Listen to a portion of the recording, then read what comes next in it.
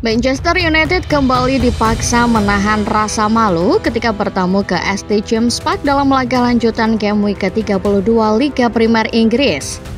MU kembali menelan kekalahan dan kali ini dengan skor mencolok 4-1. Kekalahan ini kembali membuat MU tertahan di papan bawah dan semakin menyulitkan mereka naik ke papan tengah. Hasil di St James Park kembali menunjukkan sisi paling rapuh Manchester United. Pertahanan mereka gampang dijebol, sementara pergantian di sektor penjaga gawang juga tidak berpengaruh besar mengubah nasib si setan dari Manchester. Starting 11 Moment kali ini merangkum kehancuran MU yang membuat mereka layak melakukan perombakan besar-besaran. Simak selengkapnya.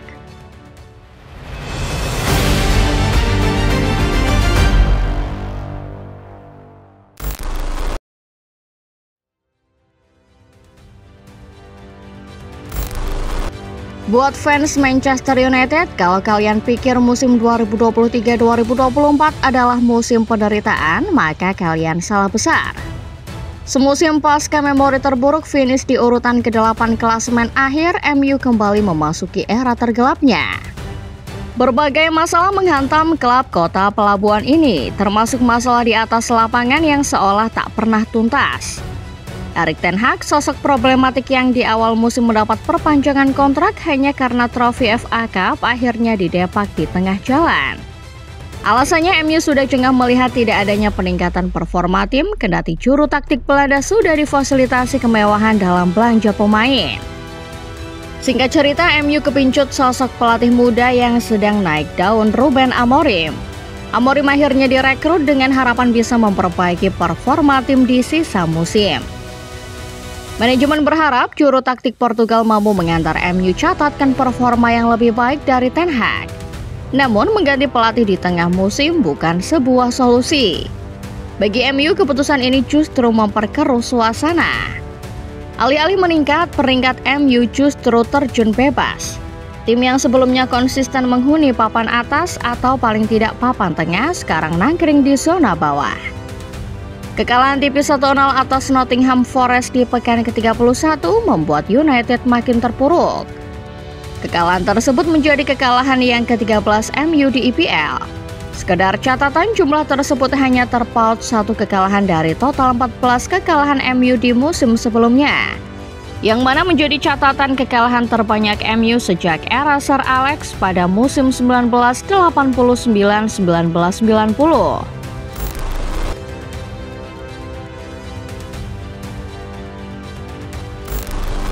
Manchester United punya segudang masalah ketika Ruben Amorim datang. Namun yang paling mendasar adalah soal komposisi skuad. MU-nya Amorim adalah MU yang dibangun atas kehendak dan taktik Erik ten Hag, bukan sesuai kebutuhan Amorim. Untuk itu wacana perubahan skuad pun digaungkan.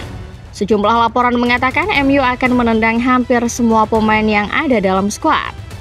Sebagai gantinya, Amorim akan diberi kebebasan untuk belanja pemain yang sesuai dengan sistem permainannya.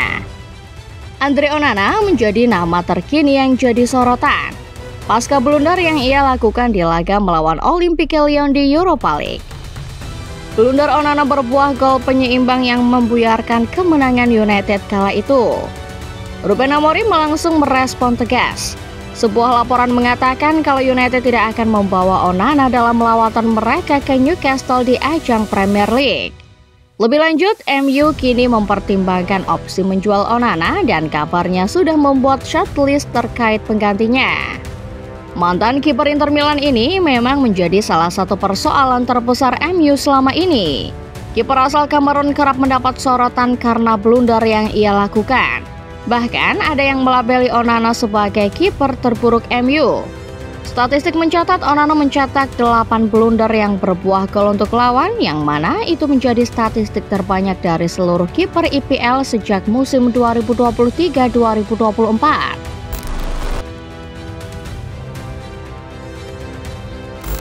Masalah skuad dan adaptasi gaya Amorim ini sudah jadi masalah akut di Manchester United. Problemnya lagi, mereka bertemu Newcastle United di Premier League, tim yang sedang dalam performa bagus belakangan ini.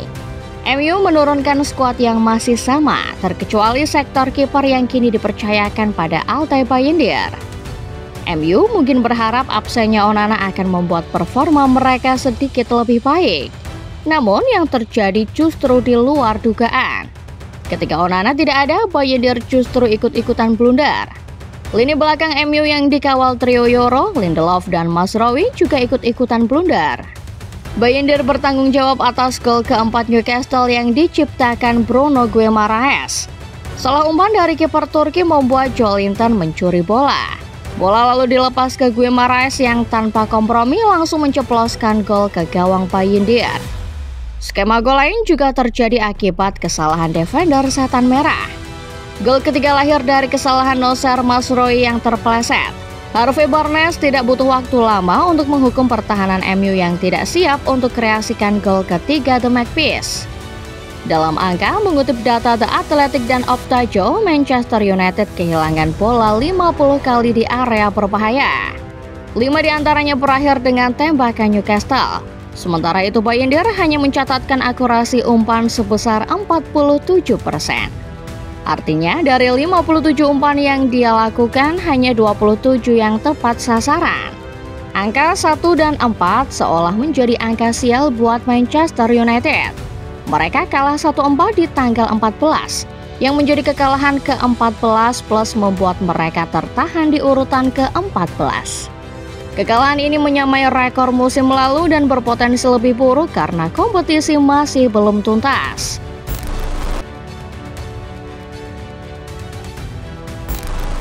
Kekalahan melawan Newcastle seharusnya membuat MU kini sadar bahwa ada sesuatu yang salah dalam tim mereka. Bukan cuma soal pelatih atau 1-2 pemain. Kesalahan ini merupakan kesalahan manajemen yang bisa dibilang selalu gegabah dalam mengambil keputusan. Menyalahkan Ruben Amorim juga bukan tindakan yang sepenuhnya benar. Sebagai pemangku jabatan head coach, Amorim punya andil melakukan pemilihan taktik. Namun seperti yang sudah dibahas, skuad ini adalah skuad warisan. Sebuah warisan mahal yang rasanya lebih mirip keranjang sampah ketimbang peti harta penuh emas. Apa yang perlu dilakukan MU? Yang pasti dengan kondisi finansial yang juga remuk redam, memecat Amorim bukan solusi ideal. Solusi yang tepat seperti kata Amorim, membiarkan musim ini berjalan menyakitkan seperti sekarang. Musim panas adalah saat yang tepat untuk melakukan perombakan. Amorim perlu diberi kebebasan menentukan tipikal pemain seperti apa yang ia mau. Yang jelas, MU tidak boleh asal ambil, mengingat pemain yang diambil di era Ten Hag kini banyak melakukan kesalahan di era Amorim. MU sendiri saat ini menghuni urutan ke-14, mengoleksi 38 poin. Jarak mereka terpaut 17 angka dari Ipswich yang ada di zona merah, serta terpaut 16 angka dari Aston Villa, tim terdekat di zona Eropa. Kompetisi masih menyisakan 6 laga, dan yang perlu dilakukan MU hanyalah menghindari kekalahan supaya mereka tidak terjerat zona degradasi. Itulah dia pembahasan laga Newcastle versus Manchester United, yang sekali lagi menunjukkan bahwa MU besutan Amorim adalah tim yang banyak sisi lemah. Setelah menelan kekalahan ke-14, menurut kalian apakah MU akan finish lebih buruk dan kalah lebih banyak dibanding musim lalu? Coba komen di bawah ya. Like video ini kalau kalian suka, share kalau kalian rasa bermanfaat. Jangan lupa subscribe lalu nyalakan notifikasinya, supaya tidak ketinggalan update-update terbaru lainnya dari channel Starting 11 Moment. Terima kasih sudah nonton, sampai jumpa di video selanjutnya.